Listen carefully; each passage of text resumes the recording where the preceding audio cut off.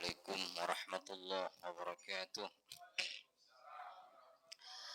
Ya Rabbi bil Mustafa balligh maqasidana waghfir lana ma madha ya wasi'al karami. Ya Rabbi bil balligh maqasidana waghfir lana ma madha ya wasi'al karami. Akramal khalqi ma liman aludu bihi siwaka inda khululil hadisil amimi. Ya Rab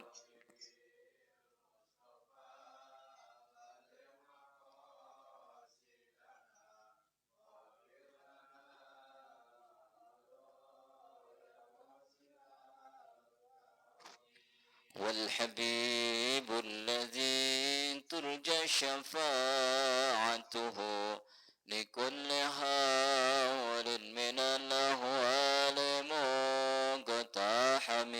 يا رب بالمصطفى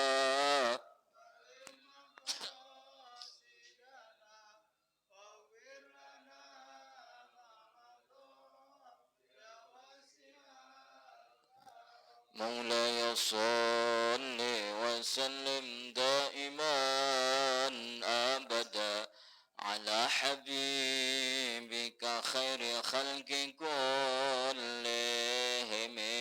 يا رب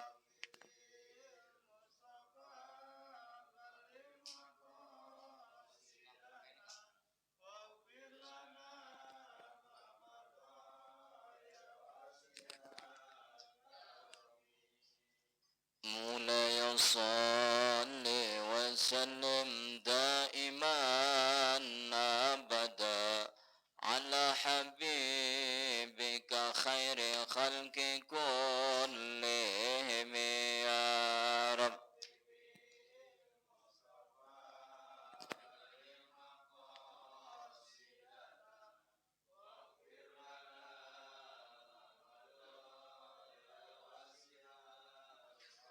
الفاتحة لحضرة النبي المصطفى سيدنا وحبيبنا وشفيعنا مولانا محمد صلى الله عليه وسلم وأزواجه وذرياته وأهل بيته. الفاتحة.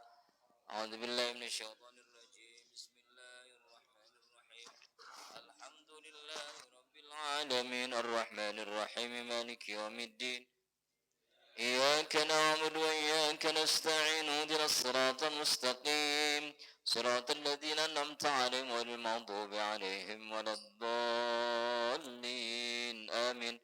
الفاتحة توصل لأساتذتنا وأساتذتنا خصوصا الشيخ محمد نواوي بن عمر البندن خصوصا الشيخ محمد شهاب الدين الأسقلاني وخصوصا الشيخ ابن حجر بن أسر وخصوصا الشيخ Muhammad Hashim bin Aisyah Husain Syekh Muhammad bin Husain Syekh Muhammad Husain Syekh Hasan Husain Kiai Haji Kiai Muhammad Kiai Haji Kiai Syamsul Ayyatul Awwal wa khususan Ibnu Manfaat. Al-Fatihah. Minasyaitonir rajim. Bismillahirrahmanirrahim. Alhamdulillahi rabbil alamin. مالك يوم الدين إياك نعبد وإياك نستعين اهدنا الصراط المستقيم صراط الذين أنعمت عليهم غير المغضوب عليهم ولا الضالين آمين. Al-Fatihah kita tujukan buat saudara-saudara kita yang sedang sakit, keluarga kita, jamaah kita yang sedang sakit, mudah-mudahan karomah daripada pembacaan suratul Fatihah Allah angkat penyakitnya, Allah berikan kesehatan, Allah berikan kekuatan lahir dan batin, Allah berikan kesembuhan dan dapat melaksanakan aktivitas sebagaimana sedia kala. Al-Fatihah. A'udzubillahi minasyaitonir rajim.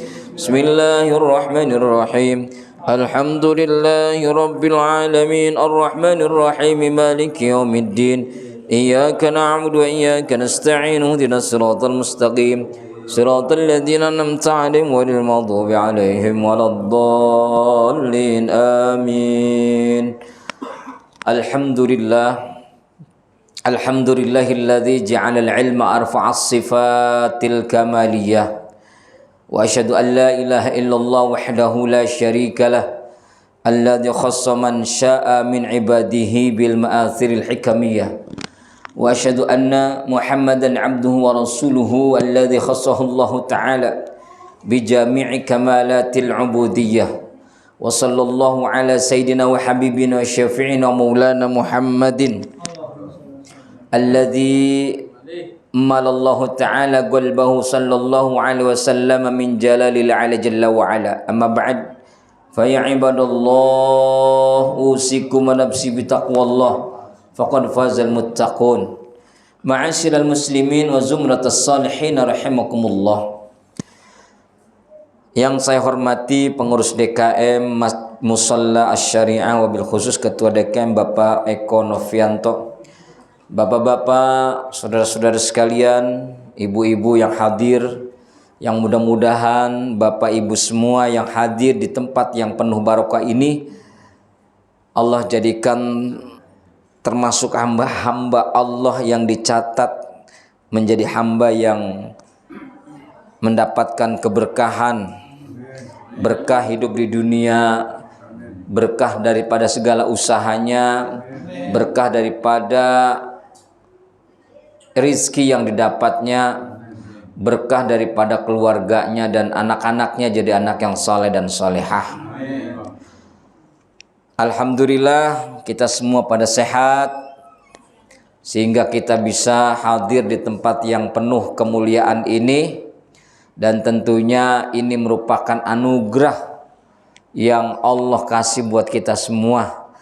Kalau Allah nggak ngasih anugerah kepada kita berupa sehat dan afiat, tentu kita nggak ada di tempat ini. Bapak RW yang begitu sibuknya, ketika tidak Allah anugerahkan dirinya untuk bisa hadir ke tempat ini, pasti Pak RW nggak bakalan ada di sini. Kang Nur juga nggak bakalan bisa ada di sini kalau tanpa ada anugerah Allah yang Allah kasih. Maka ini merupakan sesuatu yang wajib kita syukuri, sehingga kita tergolong orang-orang yang disebut sebagai abadan syakura. Allahumma amin. Bapak Ibu yang dimuliakan Allah, kita akan melanjutkan pembacaan kitab Nasaihul Ibad karangan Syekh Muhammad Nawawi bin Umar bin Arabi Al-Bantani.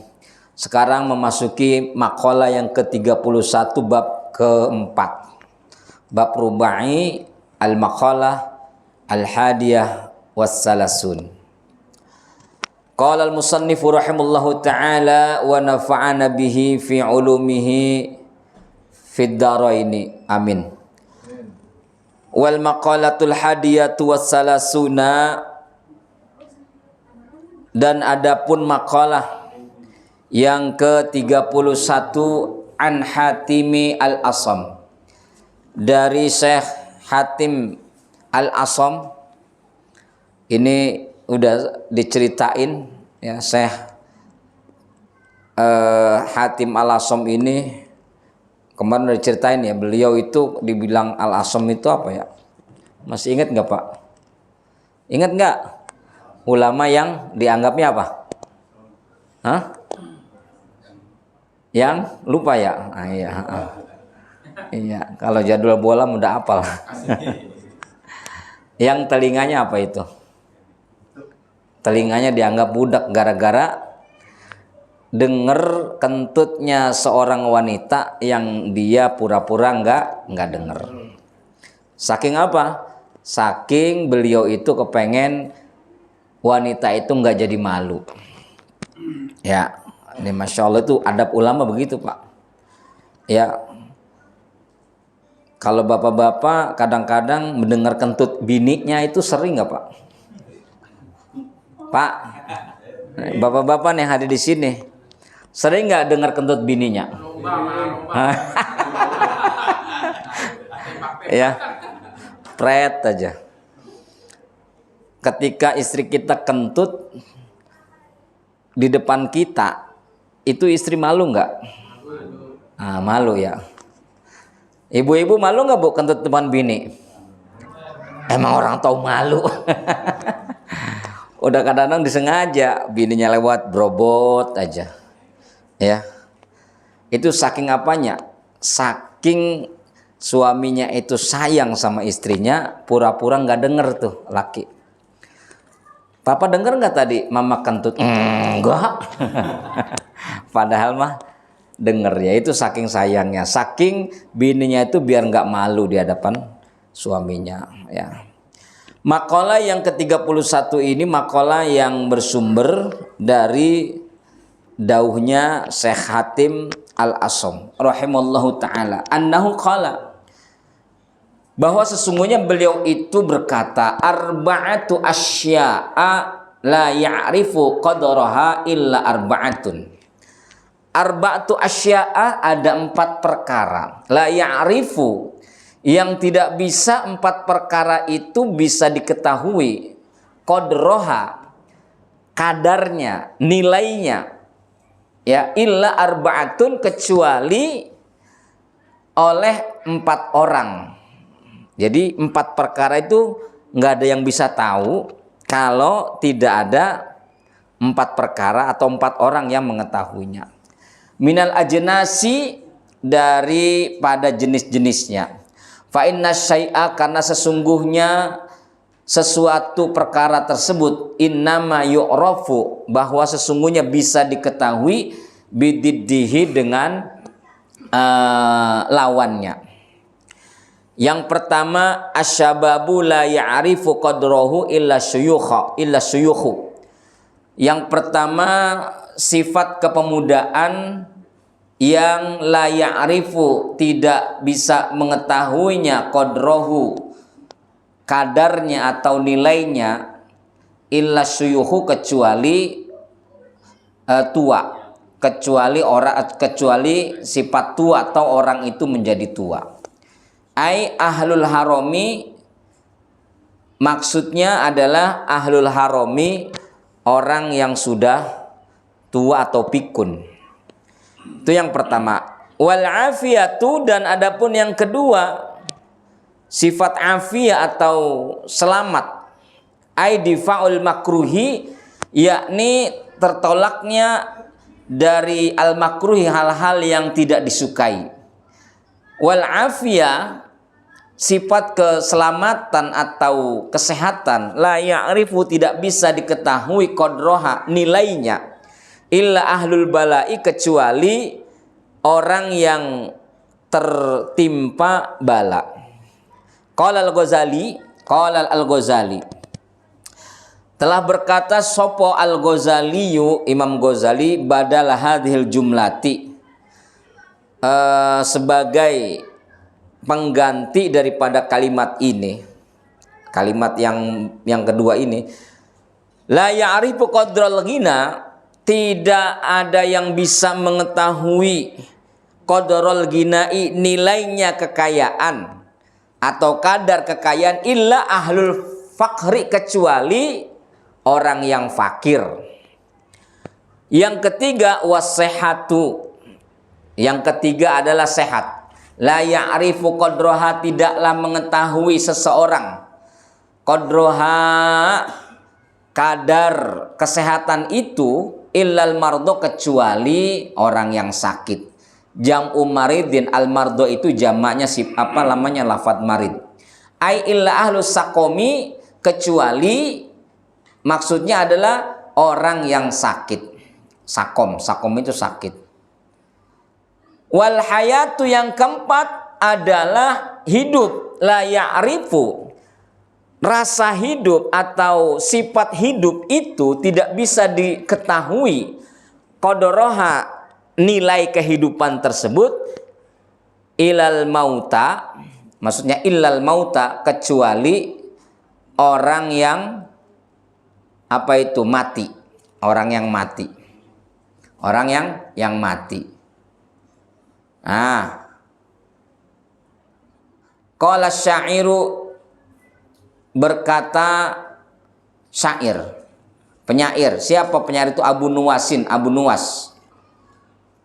Bidhammi nuni dengan domah nunnya, nu ya, Nuwas. Wabil wawi dan domah wawnya, Abu Nuwas. Ismuhu Al Hasan ibnu Hani.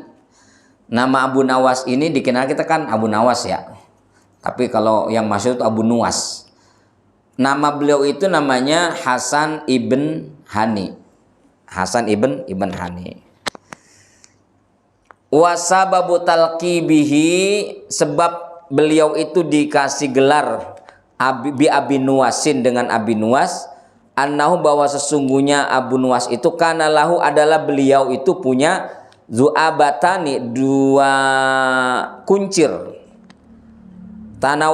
tanawasani yang kacar kuncir itu yang apa itu gerak-gerak, ay tataharrokani yang bergerak-gerak ala atikih di atas bahunya.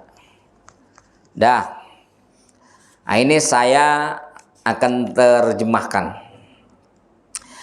Ibu bapak, ada 4 perkara yang mana 4 perkara ini kita nggak bisa ngerti, nggak bisa paham, nggak bisa tahu kecuali dengan orang yang tertimpa 4 perkara itu. Ya. Nggak bisa mengetahui 4 perkara itu kecuali memang dia udah merasakannya gitu loh Pak. Ya. Kita nggak bakalan merasakan kenyang, nggak tahu kalau kita ini udah sudah kenyang kalau tanpa kita sedang dalam keadaan lapar. Ya begitu ya. Nggak mungkin kita bisa mengetahui kita ini tidak haus kalau kondisi kita ini tidak sedang dalam kondisi dahaga. Nah, ada 4 perkara yang tidak bisa diketahui atau yang tidak mengetahui orang akan nilainya akan kadar kecuali arbaatun, kecuali 4 orang. Yang pertama, asyababu la ya'rifu qadrahu illa syuyukh. Sifat kepemudaan itu tidak bisa diketahui, tidak ada yang bisa mengetahui nilainya kecuali saat dia menjadi tua. Ai ahlul haromi, yaitu adalah pikun, orang yang pikun. Lagi masa muda, sebelum masa muda itu masa apa? Masa remaja. Sebelum masa remaja, masa anak-anak. Sebelum masa anak-anak, masa belia atau balita. Coba lagi balita, kita umur katakanlah balita itu umur 1 sampai 5 tahun. Kita nggak bisa ngapa-ngapain, bisanya apa? Bisanya apa? Nangis. Ya. Setelah balita masuk pada masa dia menjadi anak-anak. Makanya kita kadang-kadang bisa menikmati masa anak-anak baru sadarnya loh. La ya'rifu itu tidak ada yang menyadari kondisi saat kita masa anak-anak. Ini lagi masa anak-anak, ada nggak sih yang sadar saat kita lagi jadi anak-anak itu betapa nikmatnya enak jadi anak-anak. Kita lagi jadi anak-anak, kita merasakan nggak kalau kita ini jadi anak-anak? Merasakan nggak? Nggak. Coba lagi anak-anak ngomong begini, enakan lagi jadi anak-anak ya. Ada nggak bocah ngomong begitu? Kagak ada. Yang ada saat kita begini, duh enak banget ya dulu mah ya, lagi kita bocah ya. Ya kan nyolong duit emak, paling cuman diomelin, ya. Tama kamu nyolong duit emak baik. Lah buat beli cilok mak. Nah, ya udah paling cuman diomelin, ya toh. Kemudian main tak kumpet ya. Itu dirasakan saat kita lagi remaja. Enakan dulu lagi bocah ya. Nah, gitu ya. Nah, begitupun saat kita muda itu nggak ada yang merasakan nikmatnya saat kita sedang jadi seorang pemuda. Tapi ketika itu diketahui saat kita udah tua. Duh, enakan dulu zaman dulu ya. Zaman dulu mas saya sekolah ya itu berkilo-kilo jalan kaki. Enak dulu mah nggak ada apa-apa. Tuh dirasakan pas pada waktu apa itu? Pada waktu tua. Betul nggak sih Bu? Duh, enakan dulu saya lagi muda ya. Dulu mah wajah saya glowingan, iya kan? Badannya singset, laki saya sampai demen. Sekarang mah boro-boro demen. Tuh, pas udah tua ngomong gitu ya. Iya. Ini kata Syekh Hatim itu kita tidak bisa mengetahui bagaimana nilai kita saat kita pada masa muda kecuali saat kita sudah tua. Tuh, pas sudah tua mah. Nanti ini Pak RW, pas sudah tua nih, sekarang belum tua, sekarang mah, wah sekarang masih gagah. Iya kan? Pas sudah tua ntar, duh enakan jadi RW dulu ya. Gitu ya. Iya. Duh, penakan zamanku yo. Iya lagi zaman Soeharto mah enak, bener Pak. Bener Pak, masih pada muda semua. Sekarang mah ya Allah udah pada doyong, ya kan, mata udah pada kabur, gigi udah pada gugur, pandangan sudah kabur, ya rambutnya udah banyak yang mabur, setiap hari makanya sama bubur, kerjaannya kalau nggak ke kasur ya ke sumur, ngapain ke sumur, beser, ya, dan sudah siap untuk menggali lubang kubur tuh, ya. Jadi nggak ada yang bisa mengetahui kondisi saat kita muda, ya, kecuali saat nanti kita sudah tua, baru dah oh iya ya, ya. Coba Pak, lagi kita muda, masya Allah, ya, indah banget. Kita mah nggak, kadang-kadang nih, coba tanya Kang Horis lagi pacaran dia sama bininya dulu, ya. Dia mah nggak mikir gimana resikonya, gimana nanti ketemu sama orang tua. Pokoknya yang penting gue bisa ketemu sama cewek saya. Begitu ya. Nggak pandang. Coba sekarang kalau bapak udah tua sekarang begini misalnya nih, bapak udah pada tua misalnya. Coba sekarang kalau apa namanya ngintipin apa nama tetangga sebelah, kalau nggak digedik, ya kan. Tapi kalau lagi zaman dulu bapak-bapak masih muda nih, Kang Eko udah kelihatan banget dulu, ya kan. Dulu bininya lagi dipacarin ya enggak, udah cuek aja, yang ngelihat sendalnya aja udah serseran, baru ngelihat sendalnya, baru ngelihat sendal pacarnya, waduh sendalnya, datang ke rumah, ya padahal yang pakai sendal itu neneknya, ya, ya. Tetapi kalau sekarang ngelihat sendal bininya, lah, jangankan serseran, ini emangnya bocah ngapain sih main kesini gitu kali begitu ya, begitu nggak kayak ora ya. Nah jadi itulah. Sifat kepemudaan tidak ada yang bisa mengetahui nilainya, ya, illa asyuyukh, kecuali ketika kita sudah tua baru ingat. Nah artinya apa Pak? Apa pesan yang bisa kita ambil Pak? Jangan pernah kita nanti saat tua menyesal. Ya Allah, coba dulu kalau gue lagi muda, gue mah rajin kali ke mushola ngaji, ya. Udah tua baru nyesel Pak. Ya Bu, alhamdulillah ibu-ibu hadir, bapak-bapak sekarang bisa hadir, anak-anak kita sekarang hadir. Ini merupakan fadl, keutamaan atau anugerah dari Allah. Ibu bapak bisa hadir di majelis ini merupakan fadl dari Allah, anugerah dari Allah.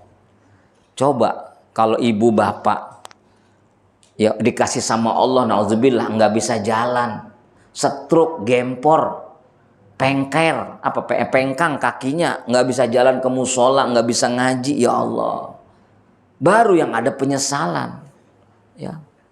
Nah makanya ibu-ibu bapak sekalian, ayo puaskanlah kelapa muda kupas-kupasin, udah tua tinggal batoknya. Masa muda puas-puasin, udah tua tinggal bongkoknya. Tuh. Maksudnya apa? Kelapa muda kupas-kupasin, yang namanya pada masa muda emang enak. Justru saat masa muda lah kita puas-puasin apa? Kita puas-puasin saat kita dikasih kemampuan oleh Allah untuk ini, untuk itu. Ayo kita puas-puasin amal kebaikan. Ayo kita puas-puasin pengajian. Ayo kita puas-puasin bakti sama suami, Bu. Ayo kita puas-puasin ngedidik anak, ngurusin laki. Ayo kita puas-puasin ngurusin bini, ngurusin anak. Artinya apa? Jangan pernah ada sebuah kalimat penundaan saat kesempatan sudah berada di depan mata. Ya, jangan sampai menyesal, Pak. Dulu gue lagi kaya, anak terbengkalai. Dulu saya lagi punya duit, anak minta ini, minta itu buat kegiatan yang positif, enggak saya layanin. Sekarang pas udah nggak punya duit, anak minta ini, minta itu, kitanya lagi udah pensiun. Ya Allah. Ya. Nah, makanya pesan yang bisa kita ambil adalah, ayo, sekarang ini kita sedang menandur, nanti kita akan menikmati panen raya. Bagaimana panen itu menghasilkan kualitas yang bagus, maka kita harus kasih pupuk yang berkualitas. Nah, jadi itu yang bisa kita ambil pesan yang pertama. Kemudian yang kedua, la ya'rifu qadraha illa ahlul bala wal afiyah. Wal afiyah dan sifat afiyah. Sifat afiyah yakni difa'ul makruh, perkara yang tertolak dari hal-hal yang dibenci. Itu la ya'rifu, tidak bisa diketahui atau tidak ada yang mengetahui nilainya, qadroha, nilainya illa ahlul bala, kecuali orang yang tertimpa bencana. Ini kita orang yang selamat, afiyah itu kan selamat, Pak. Ketika kita mendapatkan keselamatan, kadang-kadang kita nggak sadar. Sadar-sadarnya saat kita tertimpa musibah. Sadar-sadarnya ketika kita mendapatkan bencana. Sadar-sadarnya ketika kita baru terasa. Tuh. Makanya jangan sampai ada istilah menyesal. Kita ini kan lagi dalam kondisi selamat, Pak ya. Amin. Amin. Dalam kondisi selamat. Ini kondisi kita ini lagi begini nih, nggak sadar kalau kita ini lagi dikasih afiah sama Allah. Lagi dikasih afiah sama Allah. Ternyata ada tetangga kita yang di sono itu nggak bisa ngaji. Gara-gara dia tertimpa bala musibah. Sakit perut misalnya, dirawat di rumah sakit. Ya. Kolesterolnya naik. Ya, diabetesnya juga lagi bermasalah, nggak bisa berangkat ke musola. Tuh, dia dalam kondisi tertimpa bala musibah berupa penyakit. Baru terasa tuh, ya Allah enak banget ya yang dikasih keselamatan. Coba nih Pak, saat Nabi Nuh ngegrogroin bininya, ngaruin anaknya, kagak mau Pak. Hei Kanan, kadia sia, ayah naon, ayah, mari kadia, moal, kadia embung. Diajak sama bapaknya naik perahu kagak mau. Ayah saya nggak mau ngikutin perahu ayah. Perahu ayah nanti bakalan tenggelam di banjir bandang yang begitu besar ini. Saya mah pengen naik pohon aja ah. Saya mah pengen naik gunung aja ah. Selamat. Nah sini nak, enggak tuh. Ternyata anak dan istrinya tenggelam. Baru terasa saat dia ditinggal oleh ayah, baru teriak, ayah, tolong saya ayah, saya mau tenggelam. Fir'aun tidak ada kesempatan bertaubat. Karena apa? Si Fir'aun yang mengaku dirinya Tuhan, dia terlambat. Karena apa? Saat dia ditenggelamkan oleh Allah melalui lautnya itu, ya saat laut itu kembali tertutup, baru dia tolong saya. Baru terasanya, aduh enak banget yang selamat ngikutin kelompoknya Nabi Musa. Enak banget kelompok yang ngikutin daripada Nabi Nuh. Mereka semua pada selamat. Orang biasanya baru merasa dirinya tidak selamat saat melihat orang-orang yang selamat. Paham ya Pak ya? Orang baru merasakan, nyadar dirinya enggak selamat saat melihat orang-orang pada selamat. Ya Allah, tahu dulu mah saya belajar yang rajin. Sekarang saya udah enggak lulus. Padahal saya lagi ada kesempatan, saya malas belajar. Saya malas sungguh-sungguh. Tuh anak-anak muda tuh. Ya. Sekarang saya nggak lulus, nggak selamat. Yang ketiga, kalau kata Imam Ghazali, badal hadil jumlah, pengganti daripada kalimat di atas. La ya'rifu qadra al-ghina. Tidak ada yang mengetahui kadarnya orang kaya, nilainya orang kaya atau nilainya rasa kaya. Illa ahlul fakri, kecuali orang yang fakir. Orang miskin yang sedang berharap dia mendapatkan rizki yang banyak, pasti dia akan merasakan, ya Allah, iya ya, enak banget kalimat jadi orang kaya. Mau kemana-mana wege gampang. Mau ke sono bisa, mau ke sini nggak ada masalah. Mau beli ono duitnya ada, mau beli ini duitnya tersedia. Enak banget jadi orang kaya mah. Tuh. Ketika dia masa kaya, dia nggak merasakan kalau dia mendapatkan kekayaan dari Allah. Harta dihambur-hamburkan. Kemana saja pergi, dia ada duitnya. Mau makan spaghetti di Italia, mau makan seafood di Singapura, ya mau makan nasi lemak di Kuala Lumpur, mau makan nasi warteg di Indonesia, gampang banget orang kaya mah, masya Allah ya. Itulah ketika dia kaya, dia nggak merasa, nggak bisa menilai, nggak bisa menakar kalau dia itu lagi kaya.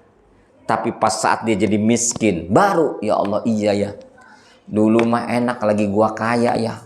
Padahal pas dia miskin mau kemana-mana nggak bisa. Jadi tidak ada yang bisa mengetahui kadarnya saat dia mendapatkan kekayaan, kecuali dia saat jatuh miskin. Tuh. Betul nggak Pak? Insya Allah. Coba lihat Korun. Korun itu termasuk umatnya Nabi Musa yang ahli ibadah. Dia minta sama Nabi Musa, ya Musa doain saya ngapa? Biar saya mendapatkan rizki, biar saya semangat ibadahnya.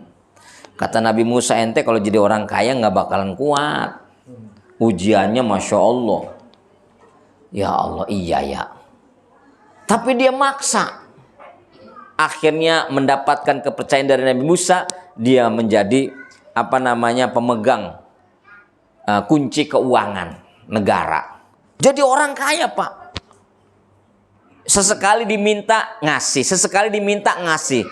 Tapi pas saat beberapa kali diminta udah pelit Pak. Sama persis kayak Sa'labah. Si Sa'labah dia itu miskin banget. Sampai pakaiannya itu gantian sama bininya. Makanya kalau dia habis sholat, kalau kita makan Allahumma antas salam wa minkas salam, kalau dia Allahumma lantas jalan. Sampai Nabi bingung nih, Sa'labah kok buru-buru banget habis sholat ya bah, ente ngapain buru-buru? Habis sholat bukannya wiridan, zikiran, ini buru-buru. Ya Rasul, saya ditungguin sama bini saya sekarang lagi nggak pakai apa-apa. Loh, emang kenapa? Pakaian cuma satu ya Rasul. Ini saya gantian sama bini saya ini. Kasihan dia. Oh begitu. Ya Rasul, makanya doain saya apa? Biar saya ini jadi orang kaya. Kalau jadi orang kaya kan enak. Baju banyak, bisa beli ini, bisa beli itu, ibadah tenang. Tuh. Itu saat lagi belum jadi orang kaya. Pas udah jadi orang kaya, boro-boro. Iya kan? Tar, pokoknya saya kalau punya mobil, tenang aja pokoknya dah. Warga Geria Syariah bakalan saya antar kemana baik. Itu lagi belum punya mobil.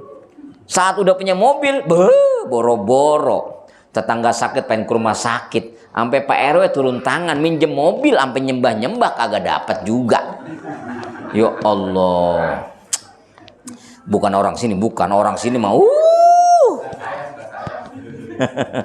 Ya. Tuh ya. Jadi orang kaya bisa dirasakannya nilainya saat dia jatuh miskin. Yang keempat, yang ketiga apa? Wasihah. sifat sehat atau kondisi kesehatan la ya'rifu qadroha, tidak ada yang bisa mengetahui kadarnya kesehatan illal mardo, kecuali saat dia sakit. Tuh, ayo. Ini lagi sehat nih. Woi, ngerokok kelepus. Ente masih ngerokok, Mas Win? Masih dong, kelepus. Masya Allah. Akhirnya dikasih sakit, baru terasa, aduh, batuk-batuk. Diperiksa sama dokter, nggak taunya kena paru-parunya. Masya Allah, ya. Ditengokin sama Kang Jenal, ditengokin sama Kang Eko, sama Kang Redi. Mas Win, ente sakit ya? Iya nih, gara-gara kenapa? Gara-gara ngerokok. Aduh, saya nyesel ngerokok tuh. Lagi pas ngerokok mau, wih, kayak kereta, wih, Masya Allah, ya. Kang Eko nengokin, Kang Redi nengokin, ya Allah, Kang Mas Win, ya udah tuh penting ngerokok ya. Jangan ngerokok. Iya, aduh, saya udah. Kata bininya, tuh ngerokok tuh jadi makanya kena paru-paru tuh.